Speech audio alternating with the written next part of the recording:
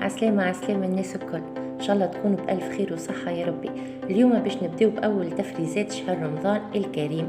الاقتراح اللي باش نتقاسموا معكم اليوم عجينة بيتزا بثلاثة أحجام مختلفة مع طريقة تفريزها في المجمد باش تنقص علينا التعب والوقفة في الكوجينة، خاصة للمرأة العاملة في شهر رمضان المبارك. ربي يحيينا ويحييكم بالخير والبركة يا ربي.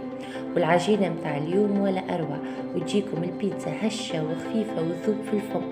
مقاديرها مضبوطة وأكثر من هكا بدون بيض ولا حليب، وتنجموا تعتمدوها في كامل أنواع المملحات الكل. وتوا يلا نبداو.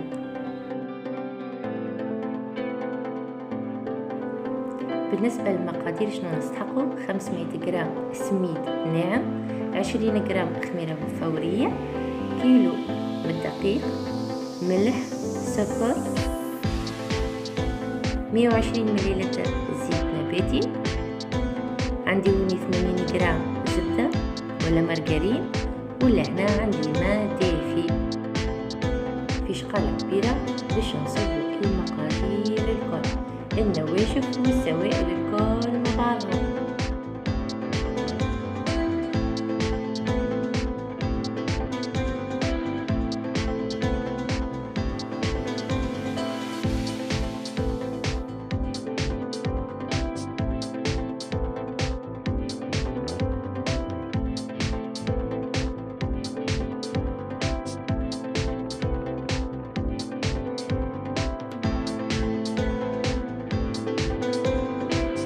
كل مرة باش نزيدوا الماء بالطرف وباش نلموا بأطراف الأصابع حتى نتحصلوا على عجينة.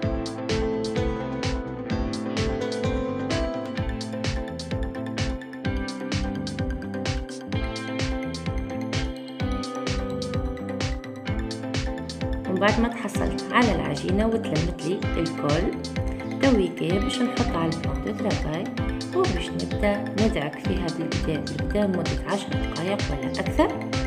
احنا النوعية متاع الفرينة والسميد، وكل مرة باش نزيدوا الماء بالطرف لين نتحصلوا على عجينة قوية وما تلتصقش في اليدين.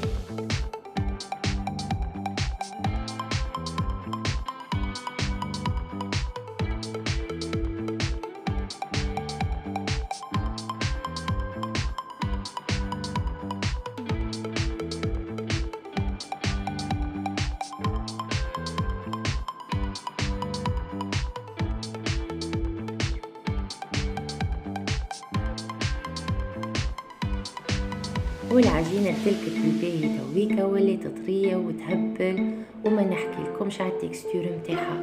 تو باش نقسمها ل3 كويرات، وماذا بينا يكونوا احجام مختلفة.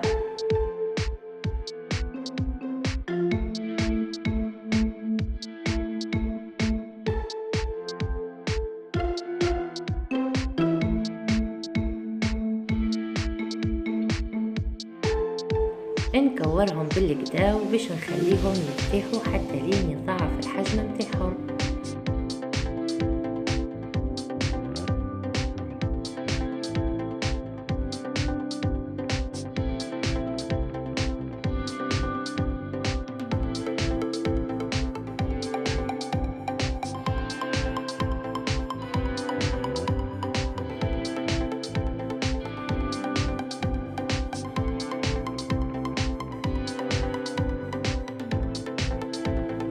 ومن بعد ساعة خمرولي بالكدا وضاعف الحجم متاعهم ويهبلوا ولاو.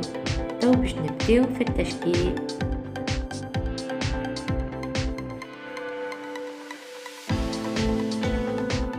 بالاستعانة بالدقيق باش نرشوه وباش نبداو نحلو الكويرة الأولانية جوية على الآخر، باش الكعبات ميجيوناش منفوخين برشا ويفقدوا الشكل متاعهم.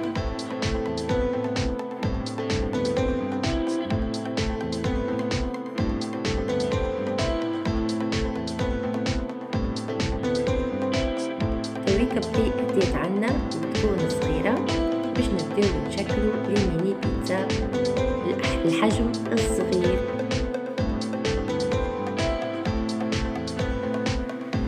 لازم نضغطوا من غير ما نحركوا الغطاء ولا اي حاجه اللي نقصوا بها باش الشكل متاعنا يقعد كيف ما هو مريقل.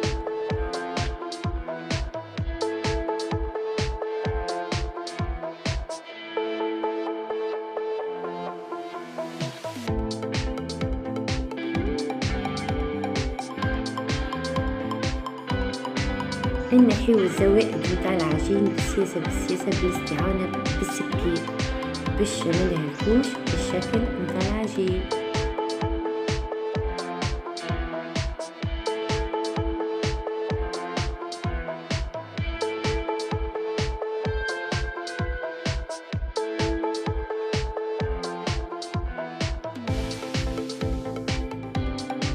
ريتو محلاهم وريتو السمك متاعهم كيفاش، صدقوني روعة روعة روعة. العجينة تهبل تهبل تهبل تهبل.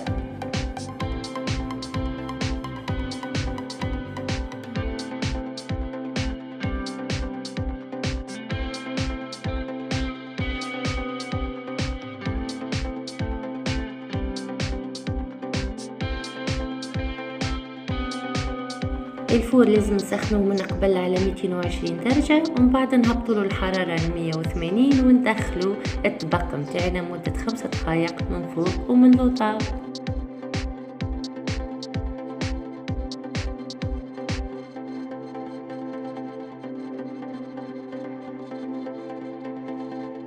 تويكا باش نعملوا الشكل الثاني، ولازم يكون أكبر من الأولاني، معناتها حجم متوسط، ما يكفي مثلا كعيبة الشخص بركة.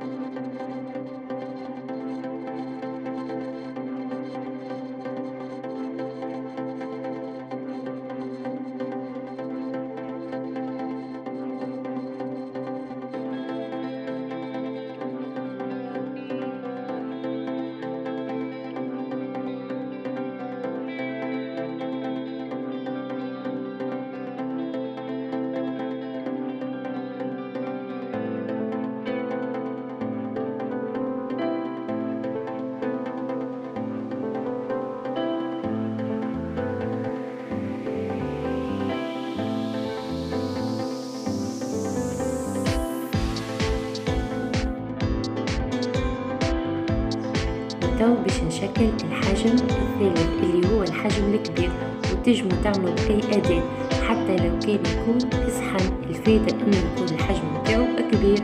وبالطبيعة باش نعملوا نفس المراحل، ننقبوهم بالكدا ونحيو الجناب الكل، ومن بعد كده نهزوهم بالطريف بالسياسة باش ما يفقدوش الشكل متاعهم.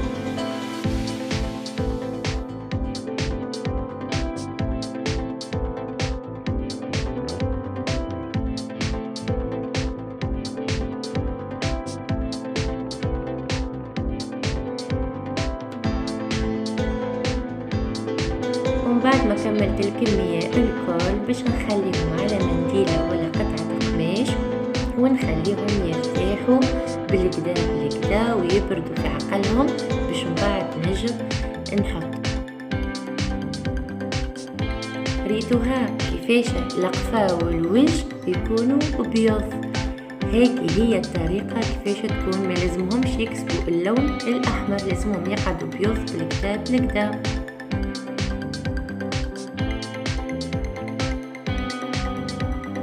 وتو باش نوريكم كيفاش وطريقة الاستحفاظ بهم. ومن بعد ما بردوا بالكدا باش نقسمهم على حسب الحاجة. مثلا الكبار انا نستحق على حسب افراد العائلة، نقولوا 5 كعبات باش نغطيهم بساشي اليمونتير. الحجم المتوسط زيدا كيف باش نعمل 5 كعبات ونغطيهم بساشي اليمونتير كيف. والحجم الصغير باش نعمل لكل شخص كعبتين، معناتها في الكامل 10 كعبات، ونغطيهم ونكمل بالطريقة هذه الكمية اللي عندي الكل.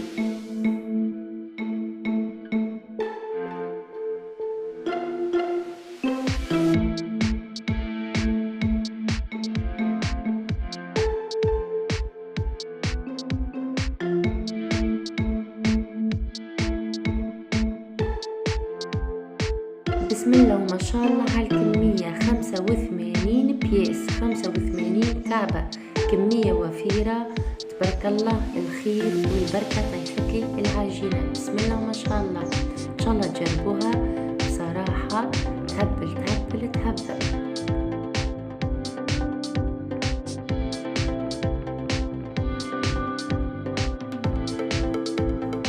يبردوا شوية لين تنحى هيك الثلج متاعهم، ومن بعد ترمي الصوص والجارنيتور متاعك وتدخلهم الفور وتطيبوا، ويجيكم الطريق يعمل الكيك.